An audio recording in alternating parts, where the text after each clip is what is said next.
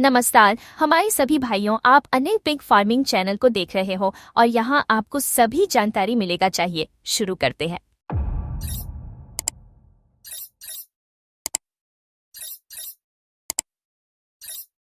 नमस्कार भाइयों। आज हम बात करने वाले हैं सूअर पालन में कम लागत से ज़्यादा मुनाफा कैसे कमाएं।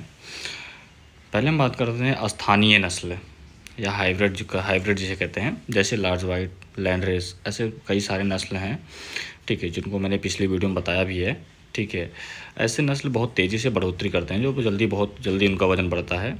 इसमें कम समय में ज़्यादा वज़न मिलेगा, जिसमें मतलब ज़्यादा मुनाफा मिलेगा। अब मैं बात करता हूँ फीडिंग की बात करते हैं। बाज़ार का रेडीमेड फीड महंगा होता है। आप घर पर या फिर मिक्स तैयार कर सकते हैं, जैसे गेहूँ, चोकर, मक्का, सरसों की खाली, मूंगफली की खाली, खनिज मिश्रण और नमक। स्थानीय कृषि अपशिष्ट जैसे सब्जियों के छिलके, गन्ने की पत्तियाँ और हरे चारा भी फीड में मिला सकते हैं।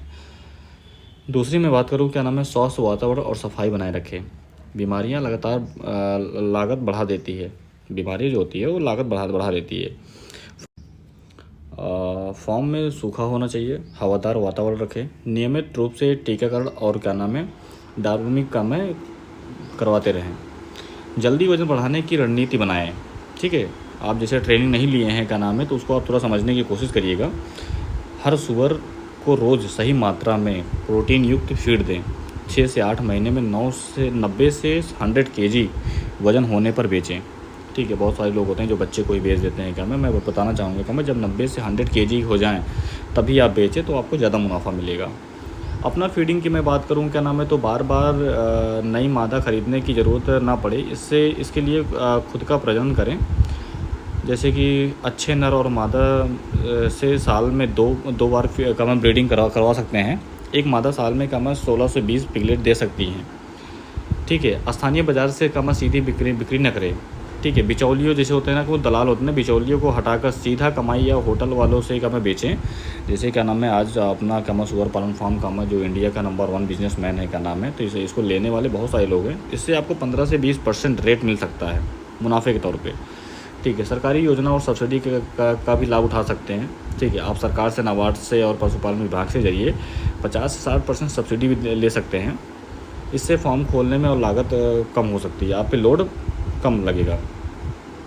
ठीक है, अगर मैं बात करूँ आपको थोड़ा सा क्या नाम है, तो अगर आपने 10 मादा सूअरों का छोटा फार्म खोला है तो हर मादा साल में औसत 16 पिगलेट देगी। ठीक है, तो 100 मादा है, 10 मादा है, 16 पिगलेट मतलब क्या है, 160 पिगलेट।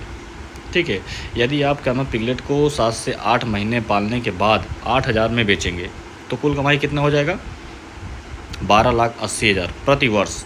फीड और अन्य खर्च को निकाल दिया जाता है 6 से 7 लाख।